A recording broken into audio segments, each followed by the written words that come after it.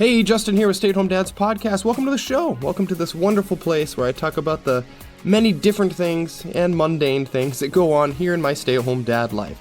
Things with my kids, things with my family, being a better father and a better husband, men's mental and physical wellness.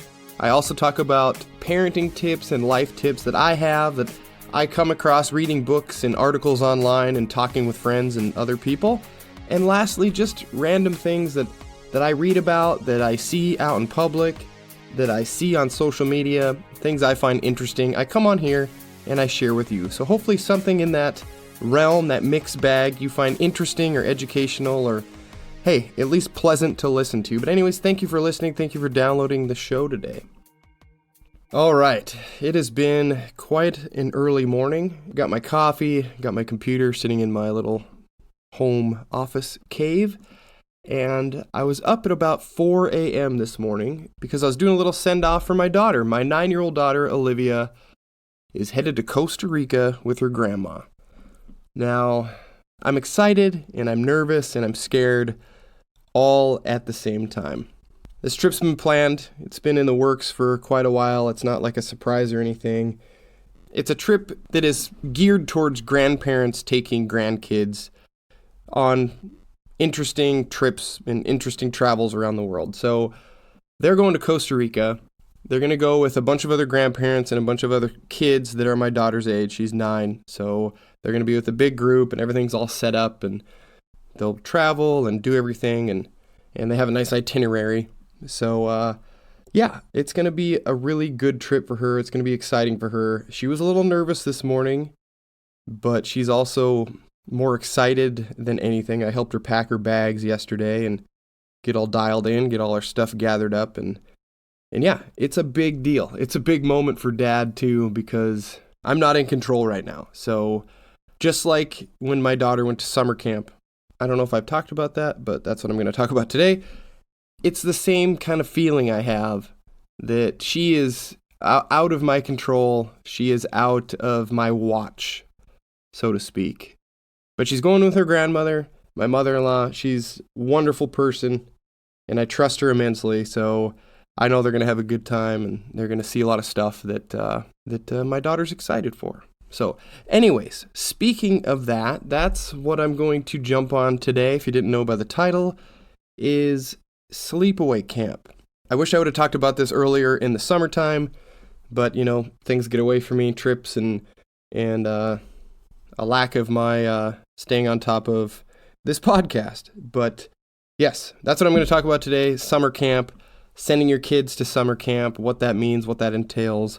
And I have a little surprise in this episode as well. So anyways, let's just dive right into it. Let's get going here. What is sleepaway camp? What does that entail? Well, we've all heard of day camps, right?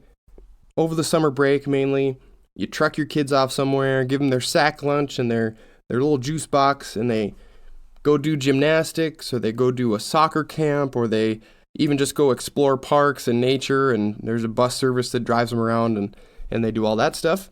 And then at the end of the day, you go pick them back up, do your whole evening routine, they go to bed in your house, yada yada, right?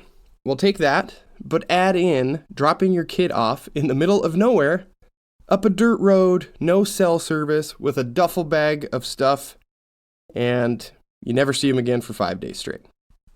That's sleepaway camp. At least that's what my daughter Olivia's was.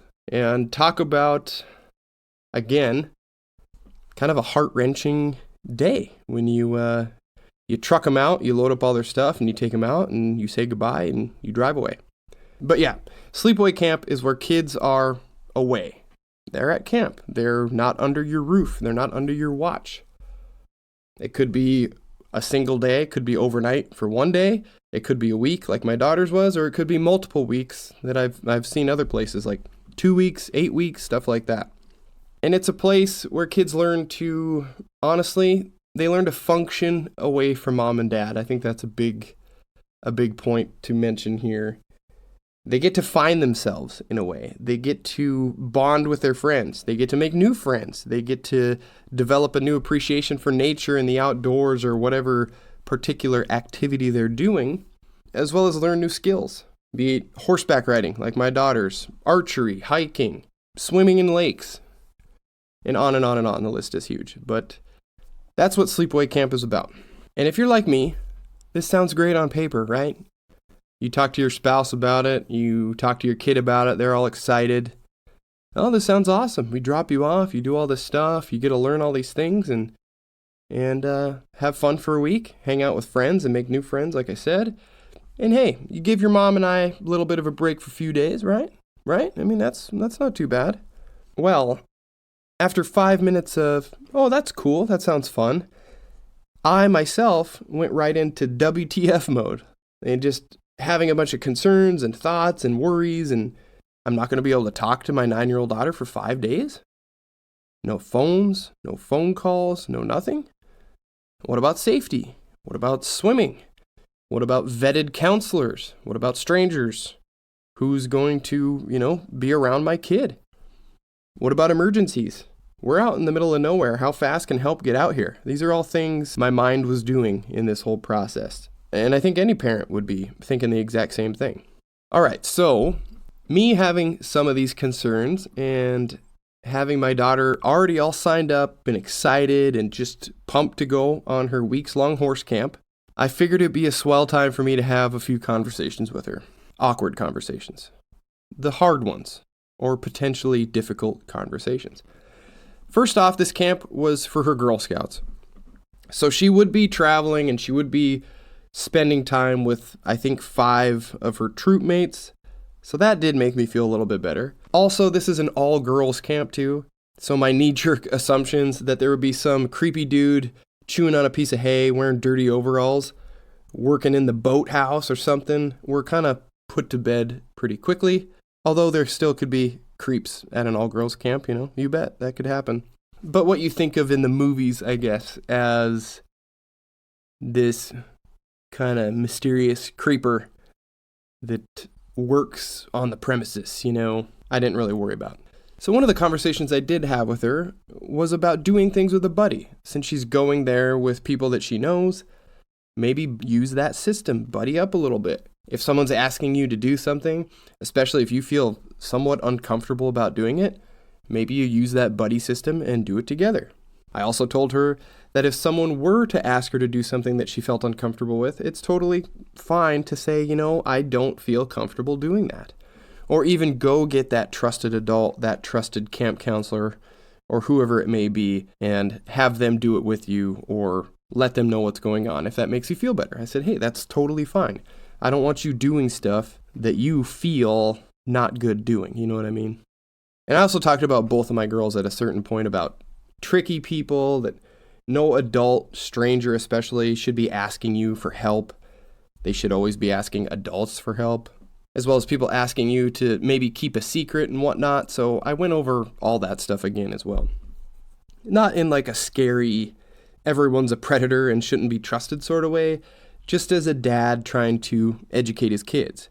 And I think there is a difference between those two, like fearmonger and freak them out, or just say, hey, 99% of people are amazing and great and are helpful and are there for your best interests. But sometimes you got to just know what certain situations look like, I guess you could say. Now that all that hard stuff was out of the way, the difficult conversations, the worrying, the sleepless nights, the packing, all that stuff, what was my experience? How was my time sending my daughter off, not having her at home, not having her under my watchful eye, and then picking her up? How was that experience for me? Well, short answer is it went fine. It went totally fine. To no surprise, drop-off was hard, of course. Not really for my daughter, but for me, I was a little bit bummed out. We get there, drive up this dirt road, out in no cell service land, like I said. We met her counselors. We checked out her bunkhouse, kind of where she would be staying, checked her bathrooms out, checked out all the facilities, unloaded all her stuff, dropped off daily letters that the counselors would hand out at different times. They have a bunch of different bins, and you put Tuesday, Wednesday, Thursday, whatever you want, how many you want to do. Throw them in these bins so your kids can open these letters. We said our goodbyes, and that was about it. No tears, no don't goes, no don't leave me here, her just saying bye to my wife and I, and going off to hang out with her people, and me sitting there not wanting to leave. I was like, really? Like, can we just hang out a little bit? My wife was like, no, let's go. She's fine. And she was totally fine. No phones, no cell service, no contact. 5 days. I think that was the hardest part for me to get used to. No way for me to ask how she's doing, to give her a call, to do a video chat. No way to see if she's okay. Nothing.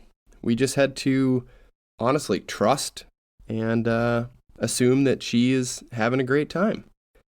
Now, we did get photos uploaded every night to the camp's page, so that really helped. We got to thumb through 30, 40 pictures, and we got to see all the kids doing stuff and doing activities and bonding, essentially. And that was pretty rad to see that. That was a really nice highlight to get that little picture, that little view of what was going on there.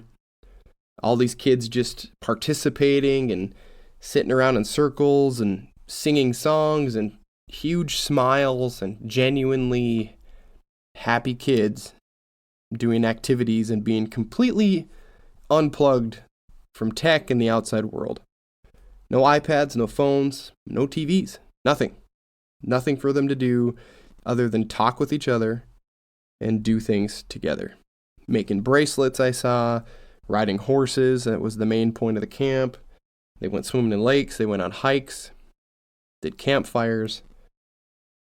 It was, I don't know, it was just really cool to see my daughter's face in this place of, granted, she was there with 5 Girl Scout mates, but in a sea of people that she didn't know. She made friends and she was smiling and talking to people, and it was a highlight for me. I'm so proud that she did it, so proud she handled it so well and had a great time. When we went to pick her up, she was all smiles. She was just excited to have done this 5-day trip. She just talked about, like I said, all the stuff I mentioned, having fires and riding horses and swimming in a lake. That was a highlight for her. The chow hall, the food. She said the food wasn't bad. The hike from her bunkhouse to the lunch hall was far. That's the only thing. She's like, oh, that was such a long hike and we were so hungry. But other than that, she had a great time. She was proud of herself too. She was really proud of herself and she was riding on cloud 9.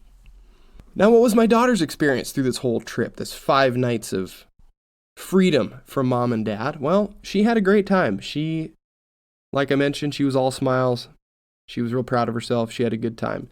I don't want to just sit here and relay what she told me, so I interviewed her. I sat her down, her and my younger daughter, my 6-year-old. She didn't want to be left out, so you might hear her chime in, but I set up a little casual interview, just asked her some questions on how things went, get her opinion in her own words, and get her take on it all. So the audio may not be that great. I'm still working on how to set up 2 mics of 2 different styles, so it's kind of a pain in the ass, but it should be good enough. Anyways, without further ado, let's play this little interview. So I'd like to introduce my 2 wonderful daughters. Who do we have here today? Olivia and Kennedy. Cool. Now, Olivia, you did something over the summer, and it was a big deal, right? Yeah. You went to summer camp. How many days were you gone? 5. When you first heard about going to summer camp, what were some of the first things that you thought about? Like, what was some of the first things that went through your mind? Bunking with my friend Grace and riding horses and swimming. Oh, that's right, because this is a horse camp, right? Mm-hmm. Were you scared at all? A little. A little. Were you excited too? Yes. More excited than scared? Yeah. Yeah. And the build-up, like, there was a big build-up, right? Mm-hmm. There was a couple of months before you knew you were going, before you went, and were you worried about, like, not being by mom and dad or not knowing anybody? Did that ever come through your mind? No. Not at all? You're pretty brave? You didn't care about not being by mom and dad? Yeah, not really. Not really, okay. What was some of the most exciting things that you did over those 5 days? We rode horses twice, and we got to groom them, feed them, and learn about them. Oh, really? Mm-hmm. And then you said, too, you went swimming in the lake and stuff like that, right? If you could have, would you have stayed there more than 5 days? Yeah. Was 5 days enough, or you could have done like 2 weeks? I probably could have done 2 weeks. Oh, yeah? Okay. Well, that's kind of good to know, because a lot of people don't know what a kid's perspective is on going to summer camp. We can guess and assume, but we don't really know. So that's why I'm talking to you today. What was the best thing about summer camp? Riding horses and swimming with my best friends. And what was the worst thing? The long walk to the mess hall. That was the worst thing, was the long walk into the mess hall? And then we had to walk a really far walk to the barn. Yeah. And you had to do that every day? Yes. Would you do anything differently? No. Looking back on your camp, would you have bunked with anybody else? Would you have done any other experiences at camp? Or are you pretty happy with how everything went? Yeah, I'm pretty happy with how everything went. And you never got scared from being away from home? I didn't. Did any other kids get kind of... Yes. Did they cry? Did they get upset? One girl, she got upset 2 days in a row. Oh, okay. Because she missed her parents. Yeah. Did anybody help her out? Did the counselors help her out, though? Yes. And they kind of made her feel better and feel comfortable about it? That was the first night. And it was... We had a kind of a late night because no one could fall asleep. Yeah. Yeah, with my opinion, I thought everyone fell asleep at 12 o'clock. Oh my gosh. So that is pretty late, especially for you, because you go to bed at usually 7:30 or 8, so. And and the time we get ready, so that's around 8:30. So we get ready around 8:30. Then we go to bed at 9. Okay. Do you think you were at the right age? Do you think 9? Yes. Almost 10 is the right age? Mm-hmm. Would you have gone earlier? No. No? 8 would have been a little too young? Yes. Now, Kennedy, would you go to camp right now, being 6, almost 7? Would you feel comfortable going to camp right now? I would, just not for 5 days. How many days would you think would be okay? Probably 3. 3 days? You could handle 3 days? Soccer camp. Could you handle sleeping away from mom and dad at 6 and 7 years old? Probably. You think so? Okay. Well, I like that. That's pretty positive. So, Olivia, do you have any other tips for, say, other kids that are thinking about going to camp or thinking about summer camp or thinking of, wanting to go, but they don't necessarily know what that's about? Do you have any tips for them? Yeah, I would bring... as many stuffed animals as you can fit in your bag. And a lot of photos. And a lot of photos. And earplugs, I heard. Yes. Earplugs and a thick sleep mask. And a thick sleep mask to block everything out. Uh-huh. Okay. Because when I went, everyone was talking and they were waving their flashlights around. Oh, really? How was the food at camp? Great. It was good? You liked it? Okay. The water wasn't bad either. So what would you tell your sister if she was scared to go? What would you tell her? Say Kennedy is debating on going to camp, but she's a little scared. What would you tell her? How would you comfort her? I would pack as many photos as I can for her. Okay. You need to say something, Kennedy? Go ahead. And I would say also bring as many things from home as you can. Things to remind you of home? Yes. Okay. Kennedy, what'd you have to say? A toy dog. I probably wouldn't bring as many photos as I could. It would just make me more sad. I'd pick us away from my family for 3 or 5 days. Mm-hmm. But I would bring some stuff from home. Yeah. All right, so all in all, camp went good. 5 days was plenty of time. You could do 2 weeks. Everything you enjoyed, right? Yes.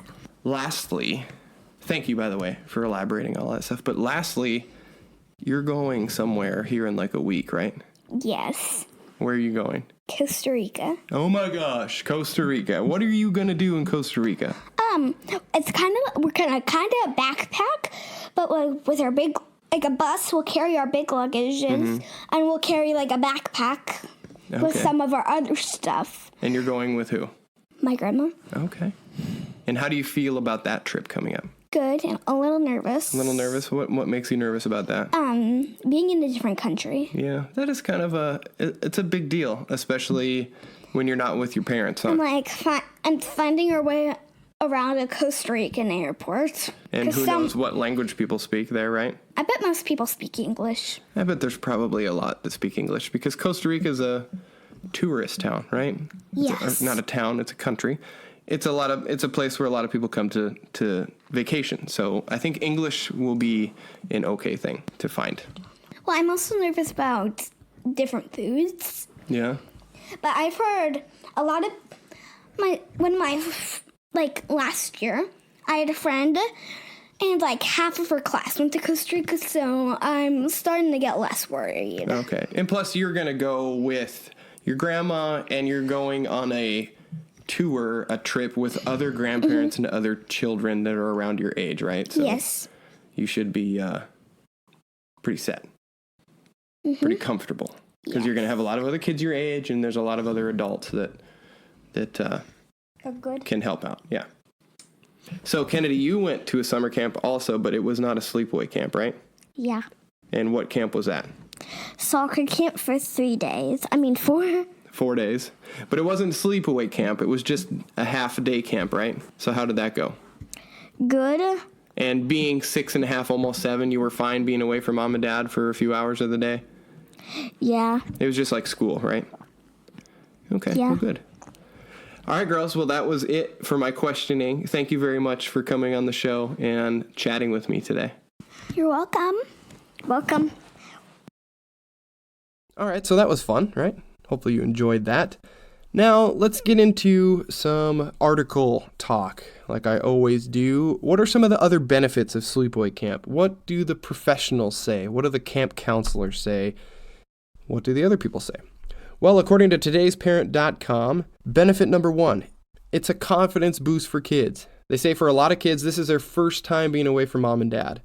So this does give kids an opportunity to build that self-confidence that they will need their entire lives.